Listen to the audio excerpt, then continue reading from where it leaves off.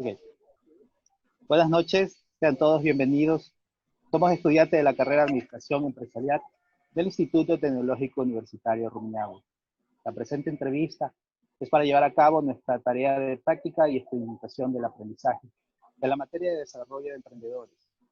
En esta noche queremos darle la más cordial bienvenida a nuestro invitado especial, el magíster Wilmar Alberto Delgado Campaña. Magíster, bienvenido. Un gusto que nos pueda acompañar en esta noche, en este panel. Gracias por haber aceptado nuestra invitación y, bueno, por brindarnos el apoyo para poder llevar a cabo nuestra tarea. A continuación, mi compañera Maritza Méndez nos brindará un breve resumen acerca del perfil profesional de nuestro invitado. Maritza, adelante. Gracias, Washington. Estimado magíster, muy buenas noches. El magíster Wilmar Alberto Delgado Campaña, tecnólogo en contabilidad y auditoría, ingeniero en empresas, administración de negocios, tiene un diplomado en gestión y finanzas, magíster en gestión empresarial, magíster en comunicación y marketing político. Su experiencia laboral: capacitador en SECAP, capacitador de la Federación de Artesanos, instructor en el Sindicato de Choferes Ecuador del CARCHI, jefe administrativo y financiero del Hospital Luis G. Dávila, docente del Instituto Superior UCAR, docente de la Universidad Politécnica Estatal de CARCHI, jefe de talento humano encargado en el Consejo de la Judicatura de CARCHI. También es coordinador administrativo en el Consejo de la Judicatura del CARCHI. A continuación, mi compañero Marco Delgado les hará una serie de preguntas al magíster invitado. A continuación, Marquito, siga por favor. Buenas noches. Agradecemos nuevamente a nuestro panelista, el ingeniero Wilmar Delgado, por haber aceptado la invitación a participar y a nutrirnos de conocimiento sobre la materia de desarrollo de emprendedores y la incidencia que tuvo el COVID sobre esta. Ingeniero, buenas noches. Sí, qué gusto, apreciados estudiantes, muy buenas noches. Alejandra, Marco, Washington, Carla, qué gusto, sinceramente. Es para mí un honor tener este pequeño espacio para poder de una u otra forma con ustedes analizar un poco acerca de la situación a nivel de los negocios, de cómo vino a afectar de una manera positiva, también de una manera negativa, lo que es esta pandemia mundial COVID-19. En este caso, yo les comento que yo lo tengo bajo dos tipos de enfoque. Como les digo, una positiva y una negativa. Para dar continuación, me permito primero ver cuál fue el impacto negativo que está generando la pandemia que no se ha terminado, que todos los estados a nivel mundial están empezando en ese momento a reaccionar de una manera ya consciente, con evidencia de cómo podemos enfrentar esta pandemia para que cada vez el impacto sea menor. Uno de los factores importantes que ha vinculado directamente al nivel de sobrevivencia de los negocios, sobre todo de las pymes y de las grandes empresas, ¿por qué no así decirlo? Es acerca de la disminución de la demanda. ¿Qué significa una disminución de la demanda? Significa que una persona pierde su poder adquisitivo para poder hacer una compra de un bien o servicio, que esto dinamiza a las empresas. ¿Y por qué se pierde esto? Porque en sí muchas personas dicen, bueno, como es, plata no existe. No, el dinero existe, lo que pasa es que está concentrado. Lo que pasa es que no hay circulación del dinero. Está concentrado porque el ambiente no nos permite generar ese dinamismo económico. No tenemos capacidad de compra porque existe desempleo. No tenemos capacidad de compra porque mi local, mi negocio me tocó cerrarlo porque no existen igualmente las ventas. ¿Y esto qué viene a generar? Disminución de los ingresos, tanto a nivel familiar, que también es una parte importante del consumo a nivel de la empresa, como también a nivel de las empresas. ¿Qué genera esto? Perder liquidez. ¿Qué genera esto? Desvinculación de personal, y lo digo a nivel público y también a nivel privado, que son los dos factores importantes, pilares de la economía. Otra de las cosas más importantes que se ha venido a generar es un tema negativo, es el comportamiento del consumidor. ¿Por qué? Ya no estamos nosotros a la espera de consumir lo mismo, sino porque este tipo de restricciones nos ha obligado a moldear nuestro comportamiento de consumo. Es decir, evitar, qué sé yo, los espacios de recreación y empezar a vincular directamente mis ingresos o los pocos ingresos que yo tenga al nivel de cuidado de la bioseguridad, tanto de mi persona, de mi empresa, de mi personal, como también de mi familia. Y ahí viene la parte importante de este tema de la pandemia COVID-19. ¿Por qué? Porque esto me genera a mí una cosa muy importante que es positiva para mi punto de vista, es que primero deben hacer una reingeniería del modelo de negocio de cada uno de las empresas. No importa si sea pequeña, mediana o grande, porque a mí me permite determinar de que si yo veo e identifico que el comportamiento del consumidor va moldeándose de acuerdo a cómo es el comportamiento de esta pandemia, yo tengo que buscar ese nuevo mercado. Yo tengo que rediseñar mi modelo de negocio. Yo no tengo que hacer lo mismo a pesar que el mundo va cambiando. ¿Y esto que me va a generar? Una nueva oportunidad de negocio. Rediseño de mi producto, sea bien o servicio, y también, ¿por qué no decirlo? Cambiar de naturaleza de mi negocio que me permita a mí articular las mejores estrategias para poder salir de esta crisis sanitaria que todavía estamos en una temporada prácticamente media, que todavía nos falta mucho por salir. Muchos expertos dicen que todavía esto va a llegar por lo menos hasta el año 2022, siempre y cuando no haya una vacuna. Y ahí viene lo estratégico de los negocios. Ahí viene el pensamiento estratégico del gerente, del dueño de la empresa. Pensar de aquí el año 2021, 2022 y por qué no decirlo después de 5 años. Muchas gracias, ingeniero. Vamos a las preguntas que tenemos.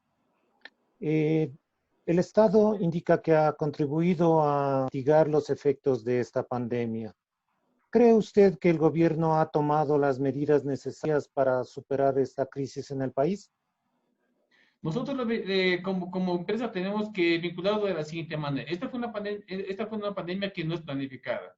Los recursos económicos que tienen cada uno de los estados no fueron suficientes como afrontar este tipo de pandemia. Los sistemas de salud a nivel mundial sí no reaccionaron como deberían reaccionar porque no nos pudimos anticipar a futuro. Recordemos que esta no es la primera y última pandemia. Recordemos que años anteriores también hubieron pandemias, pero lastimosamente no tuvimos esa proyección para poder decir, miren, si en este año pasó una pandemia, ¿por qué no puede pasarlo de aquí unos 10, 15 o 20 años? Lastimosamente la mala planificación y la falta de ahorro de los estados nos permiten a nosotros no afrontar de una manera adecuada el tema de las pandemias. Y esto ha generado no solamente un caos en la emergencia sanitaria, sino también un caos social, un caos político, y lo peor que se nos viene puede ser un caos económico si no nos enfrentamos de una manera coherente, consciente y también de una manera unida. Este es un tema a nivel de salud pública que abarca en sí a todos y cada uno de los actores económicos, políticos y sociales. Y esto significa de que tenemos que llegar a un consenso ciudadano para decir, miren, estas son las nuevas directrices que el Estado ecuatoriano tiene que implementar para poder salir de una u otra forma de esta crisis sanitaria. El Estado hace los esfuerzos más posibles para lograr combatir el tema de la pandemia, porque su visión está ahorita en combatir la pandemia. Porque recuerden que la pandemia es la causante de la crisis económica, que la pandemia es la causante del cierre de los negocios. Entonces el Estado, para que pueda solventar esa reactivación económica que poco a poco está dando frutos, significa que el Estado tiene que enfocarse primero en la disminución de los contagios, en dar tranquilidad a los ciudadanos para que podamos salir a las calles a realizar nuestros consumos y empezar a dinamizar la economía. El ciclo económico de los negocios está pilarmente fundamentado en el consumo de las y los ciudadanos. Si no hay consumo, automáticamente no hay empresa. El Estado ha contribuido con la aprobación de una ley de emprendimiento en el mes de febrero, ha contribuido con la ley humanitaria que de una u otra forma, si le damos una lectura muy minuciosa, existen este tema de incentivos para que el emprendimiento vuelva a surgir, para que las empresas igualmente empiecen a generar esa confianza, pero al Estado le falta mucho para determinar cuáles son las estrategias exactas para poder igualmente dinamizar la economía, porque los grandes analistas económicos a nivel mundial y a nivel de Ecuador han manifestado, estamos recién iniciando esta pandemia, la vamos a salir, sí, pero después nos puede llegar una pandemia económica que esto sí va a ser cada vez más fuerte. Muchas gracias. Según investigaciones del diario El Telégrafo, las MIPYMES representan un 95% de las empresas en el Ecuador. Estas han sido las principales afectadas por esta crisis sanitaria. ¿Cuál debería ser el papel del gobierno para brindar ayuda respecto a estas MIPYMES en esta época de emergencia? Yo soy una de las personas que siempre busca el tema de los incentivos tributarios. Debe ser la primera fuente de salvar a las pequeñas y medianas empresas. Debemos enfocarnos desde allí. Y también tiene como responsabilidad a las pequeñas y medianas empresas. ¿Cómo? Haciendo investigaciones de mercado. Sí, no necesariamente de manera técnica, pero sí de una manera un poco más académica, apegada a las universidades, apegada a los profesionales, apegada a las autoridades para que vean el camino adecuado para poder salir de esto. Y cuando me refiero al tema de que las empresas también tienen la obligación de salir, es el tema de la innovación. Miren, en la actualidad se habla mucho de la innovación, ¿sí? Empresas que se han dedicado a un negocio, esta pandemia les ha permitido dar un giro 360 grados a los negocios que tal vez ni siquiera pensaron en emprender. Y de ahí empieza el tema de la innovación, tomando estrategias que les vinculan directamente con las nuevas tecnologías de la información, ocupando el Internet, ocupando las redes sociales, incentivando al consumo directamente desde sus domicilios. Aquí mismo, aquí en la ciudad de Tulcán, nomás vemos que cuando inició la pandemia, todas las empresas, pequeñas empresas que tenemos, automáticamente todas fueron a hacer las entregas a domicilio. Cosa que si no hubiera pasado esto, automáticamente no hubiéramos nosotros tenido esa iniciativa para poder dar que este producto llegue a su casa. Eso significa el cambio del comportamiento del consumidor. El papel del Estado que juegan las empresas lo está haciendo. Lento, pero sí lo está haciendo. Pero más yo pienso que aquí es el papel que juegan las empresas, sean pequeñas, medianas o grandes, en favor del Estado, porque el Estado son las instituciones y también es el pueblo. Eso conforma el Estado. Y para eso tenemos que tener un Estado muy fuerte, muy sólido, con una visión sumamente vinculada al tema de sobrellevar la pandemia y también sacar de raíz a flote las economías de las pequeñas y medianas empresas y también unas empresas que estén motivadas a hacer el tema de la innovación. Es verdad que a veces existen leyes que un poquito sí les apretan mucho a las empresas, pero como les digo, sinceramente, como ese recurso ilimitado que tenemos los seres humanos son las ideas y tenemos que aprender a manejar bien las ideas en función de las nuevas necesidades que tienen las y los ciudadanos. Ya. En estos casi 6 meses de emergencia que ha existido, ha habido más despidos de trabajadores que en los últimos 3 años. ¿Cuáles serían las alternativas que se debería adoptar para evitar a postre estos despidos?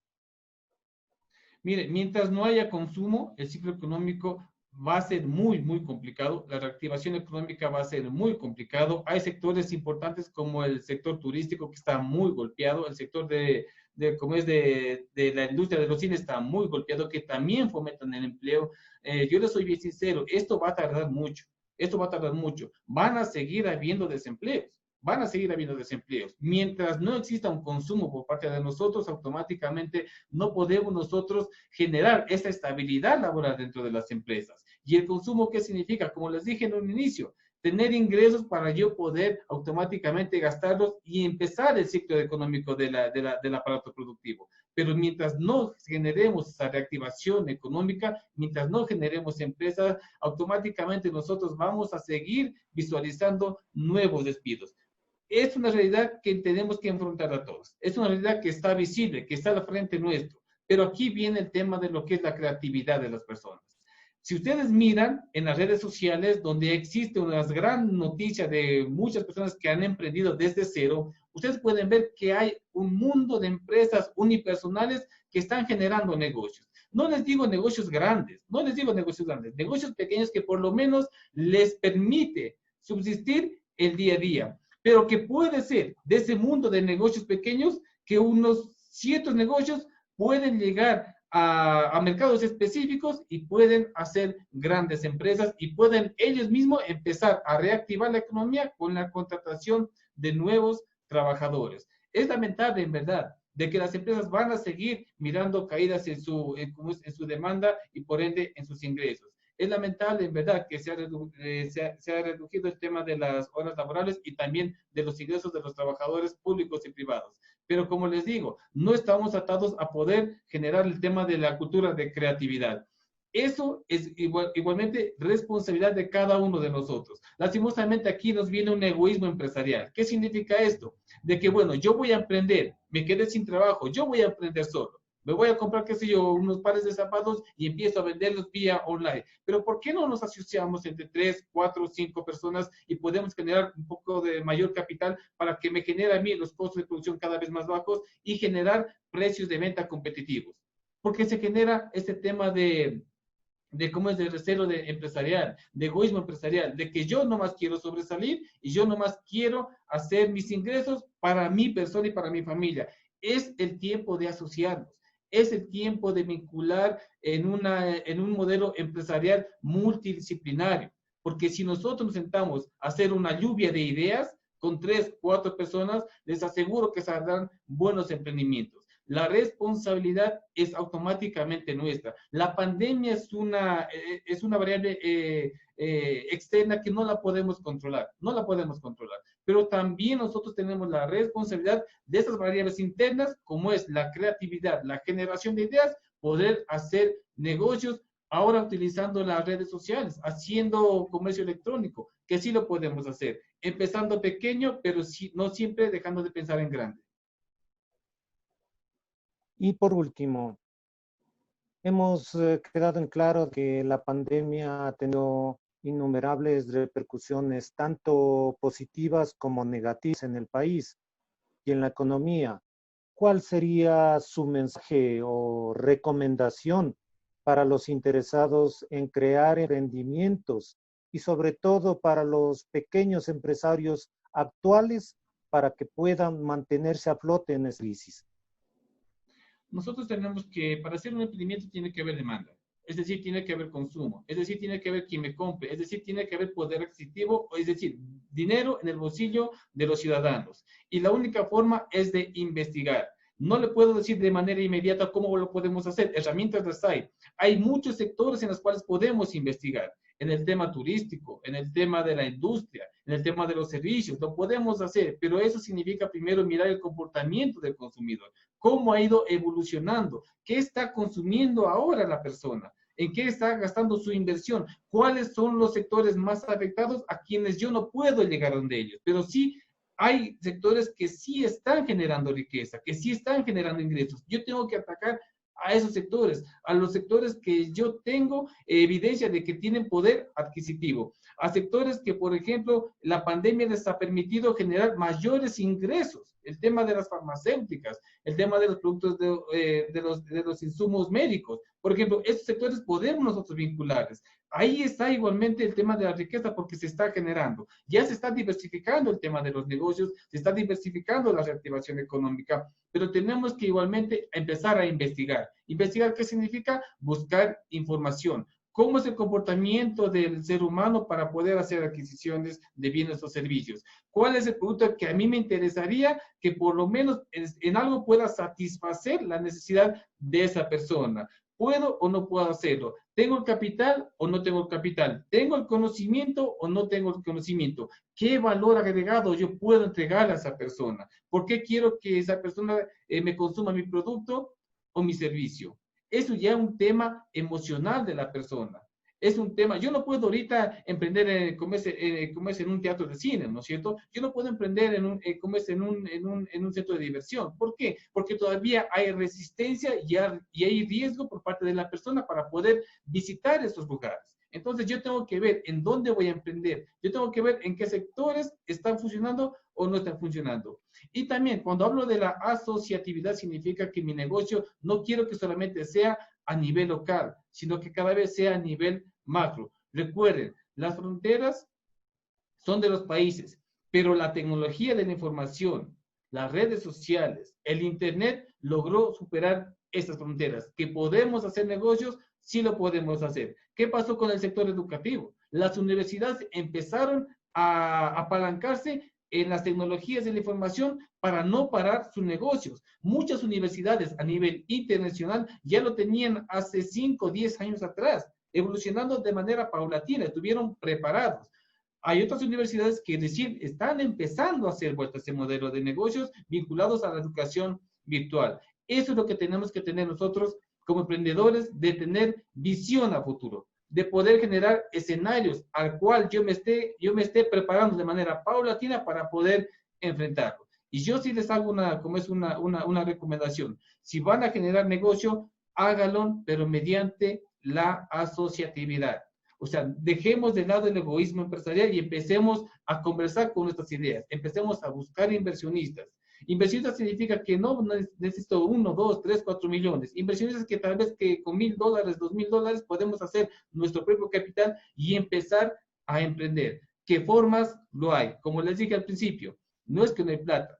Sí, lo que falta es que esa plata circule. ¿Por qué? Porque la plata está centralizada, sea por el tema del miedo de visitar lugares, de hacer compra de bienes o servicios en otros lugares, o sea, también porque existe desempleo y la empresa se queda con ese dinero para ver a futuro dónde lo puedo invertir. El dinero está allí, lastimosamente la falta de circulación es lo que a nosotros nos permite generar este nivel superior de desempleo a nivel del mundo. No hablo solamente del Ecuador, el desempleo es mundial, pero la oportunidad puede estar allí. El emprendimiento es uno de los factores sumamente importantes que los países necesitan para poder salir de las crisis económicas, políticas y sociales. Un emprendedor que trascienda fronteras no le va a interesar mucho el tema de la política.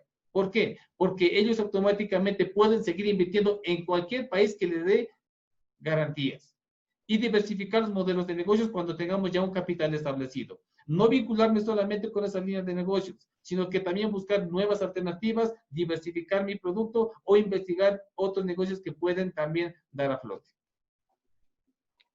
Ingeniero, le agradecemos nuevamente por sus aportes y conocimientos muy acertados para el beneficio de nosotros en lo referente a la recuperación que ha tenido, la repercusión, perdón, que ha tenido la emergencia sanitaria sobre las micro, pequeñas y medianas empresas.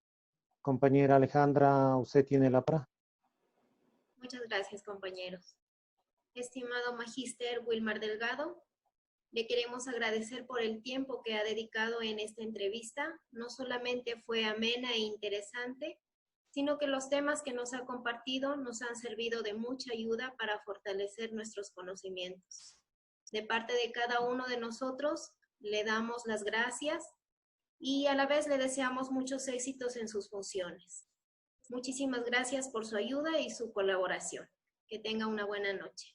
Muchas gracias a usted y siga adelante siempre. Siga. Muy Gracias. amable. Muchas gracias. Muchas gracias. Gracias, gracias.